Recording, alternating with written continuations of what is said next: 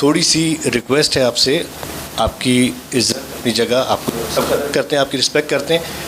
تھوڑی دیر پہلے آپ نے فرمایا کہ قرآن کی ایک آیت دوسری کو سمجھا سکتی ہے، لیکن دونوں کو کون سمجھائے گا؟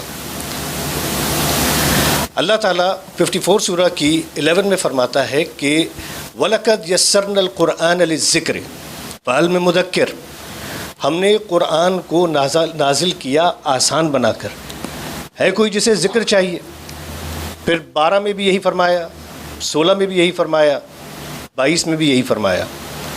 اس کے بعد 21 سورہ ہے، اس کی 10 میں اللہ فرماتا ہے کہ لقد انزلنا الیکم کتابا فیہ ذکرکم، لقد انزلنا، بے شک تمہاری طرف ایک کتاب نازل کی. نبی کریم صلی اللہ علیہ وآلہ وسلم کے توسط سے ہم تک ایک کتاب پہنچی.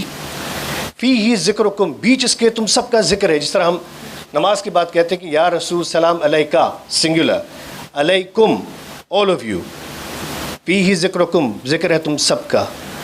افلا تعقلون، کیا عقل استعمال نہیں کرو گے؟ تو یہ تھوڑی سی بات مجھے ناگوار گزری تھی، اس کے لیے میں معذرت چاہوں گا. اللہ ہمارا اتنا کمزور نہیں ہے. میری بات ایک چیز اور سر، ایک چیز اور، ایک ریکویسٹ اور. آپ کا سوال ختم. ابھی سر نے ایک سوال کیا فرقوں کے حوالے سے بھی. جی جی. تو 59 سورہ ہے، اس کی آیت 6 سورہ ہے، اس کی آیت نمبر 59 میں اللہ فرماتا ہے کہ ان الذین فرقوا دینہم، بے شک وہ لوگ جنہوں نے دین میں تفرقہ ڈالا. وَكَانُوا شِيَعًا وَكَانُوا شِيَعًا، لَسْتَ مِنْهُمْ فِي شَيْءٍ، وہ ہو گئے گروپس. لَسْتَ مِنْهُمْ فِي شَيْءٍ، آپ صلی اللہ علیہ وسلم کا ان سے تعلق نہیں ہے.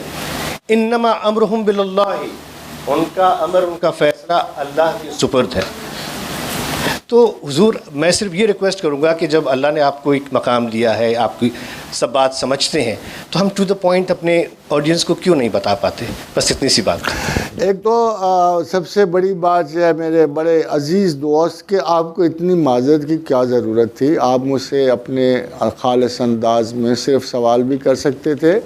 مجھے تو بہت ہی خوشی ہوئی کہ آپ نے ایک سوال اٹھایا، مگر جو آپ نے سوال اٹھایا اسی کو تو میں بیان کر رہا تھا کہ فہم جو ہے قرآن کا آیت نے آیت کا نہیں کرنا ہوتا. اگر اس نے آپ پر سہل کر دیا ہے تو درجات علمی اور فضیلت علمیہ کا قرآن نے خود ذکر کیا ہے. اور یہ نہیں کہ اصحاب میں درجات علمیہ مقرر نہیں تھے، اصحاب میں بھی علم کے لحاظ سے درجات مقرر تھے. کسی نے حضرت علی کرم اللہ وجہ سے پوچھا کہ کیا آپ کے پاس کوئی قرآن کی فالتو یا زائد آیات موجود ہیں؟ تو جناب علی کرم اللہ وجہ نے کہ رب کعبہ کی قسم کہ ایک ایک لفظ وہی ہے جو تم پڑھتے ہو، ایک ایک نقطہ وہی، ایک ایک حرف وہی، مگر یہ کہ ہمیں اللہ نے فہم بہتر دیا. اسی طرح جب آپ غور کرو گے تو جب حضرت سلیمان علیہ السلام کا ذکر ہوا اور حضرت داؤد، یہ دیکھیں دو پیغمبروں کے درمیان، حضرت داؤد اور سلیمان کے درمیان جب قرآن نے فیصلہ دیا تو اللہ نے ایک چھوٹی سی بات کی، فَفَحَمْنَا سلیمان، ہم نے سلیمان کو بہتر فہم دیا تھا. تو درجات پڑھنے کے تو متواتر بھی ہیں، وہ لوگ بھی ہیں جو سفید ان پڑھ ہوتے ہیں، ان کوالیفائڈ ہوتے ہیں. اللہ نے قرآن میں یہ سہولت رکھی کہ ان کو قرآن یاد بھی ہوتا ہے، مجھ سے بہتر سناتے ہیں.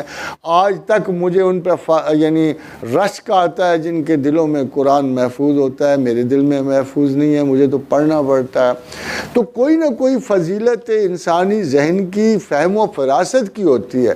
اور یہ کہنا غلط ہے کہ قرآن کی ایک آیت دوسرے کو ایکسپلین تب کرے گی کچھ صاحب فہم دونوں کو ایکسپلین کرے گا. جو میں تنقید جس بات پہ کر رہا تھا وہ شاید آپ ابھی میں نے ایکسپلین کر دی کہ جو انڈرسٹینڈ کرے گا ایک آیت بھی وہی کرے گا، دوسری بھی وہی کرے گا. اور جب تک انڈرسٹینڈنگ کے معیار بہتر نہیں ہوں گے، فہم قرآن کے معیار بھی بہتر نہیں ہوں گے. تھوڑی سی آپ کے لیے اس کی وضاحت کر اگر آپ اجازت دیں تو قرآن حکیم میں ایک آیت اتری اور وہ عورتوں کے رسم اوقات کے بارے میں تھی.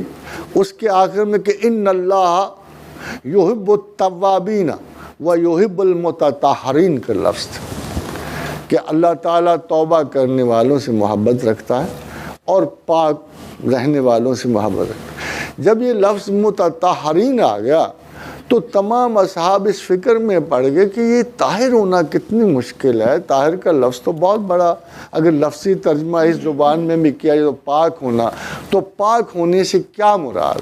تو جب لوگ بہت متجسس ہوئے، یہ دیکھیے اب یہ قرآن ہے جو اس وقت موجود تھا، اصحاب رسول اس کو سمجھنے والے تھے، جو لینگویج کے اسپیشلسٹ تھے، عربی زبان کے اسپیشلسٹ تھے، اور وہ گئے رسول اللہ صلی اللہ علیہ وسلم کے پاس. تو ان کا یا رسول اللہ یہ متطہرین کا کیا مطلب ہے، یہ طاہر ہونا کیا ہے؟ تو فرمایا جو ڈھیلے کے بعد آپ دست لیتے، یعنی ذرا غور کیجئے گا کہ جو ڈھیلے کے بعد آپ دست لیتے ہیں، those who try to be a little more clean physically، اس کا اس کے ساتھ کوئی تعلق نہیں ہے. those who try to be a little more clean، یہ جو ڈگریز ہے فراست کی یا قرآن سمجھنے کی. ابھی فرض کرو اگر آپ نے قرآن نہ پڑھا، اب میں آپ کو ایک قرآن کی آیت سنا دوں، آپ کو نہیں، جملہ اپنے سمیت، اگر میں پہلے سے نہ پڑھا ہوتا، جملہ عالمان زمانہ کو سنا دوں، تو پھر میں آپ سے جواب طلب کروں. فرمایا وَاعْبُدْ رَبَّكَ حَتَّى يَأْتِيَكَ الْيَقِينُ، عبادت کیے جا حتیٰ کہ تو یقین تک پہنچے. تو اس کا ترجمہ کوئی دانشور نہیں کر سکے، کوئی بھی. اس کا ترجمہ کوئی انسان جیسے ڈیمانڈ کیا جا رہا ہے ویسے نہیں کرے گا.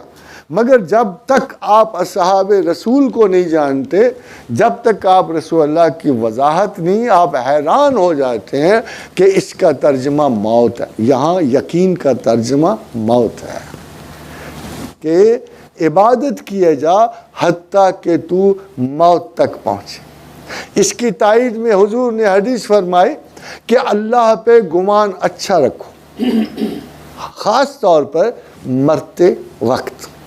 اس کی دوسری تائید حضرت علی کرم اللہ وجہہ کے عمل میں پیش آئی کہ جب ان کو خنجر لگا تو پوچھا کس نے مجھے قتل کیا، تو بتایا گیا خارجی نے.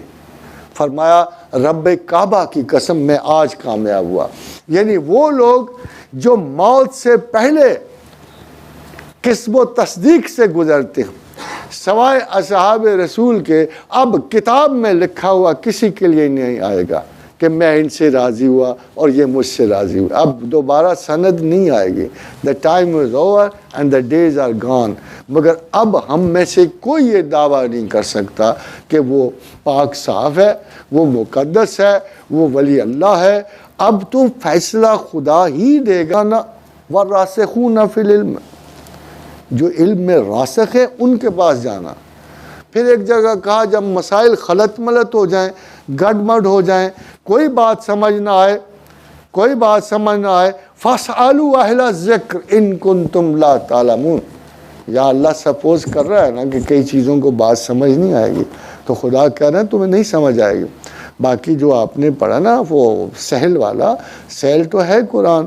جس کو کچھ بھی نہیں آتا اس کو قرآن آتا، جس کو کچھ بھی نہیں آتا مگر فہم قرآن نہیں، قرآن پڑھنا آتا ہے. کئی مرتبہ ہم بھی راتیں بسر کی ہیں تیز ترار فراٹے بھرتے ہوئے کاریوں کے پیچھے. ان کو شاید عالم اتنا بڑا نہیں سمجھا، مگر یہ رشک ضرور کیا کہ کاش ہمارے سینوں میں بھی ایسی یادداشت کے خزانے ہوتے جیسے ان کے دلوں میں ہیں.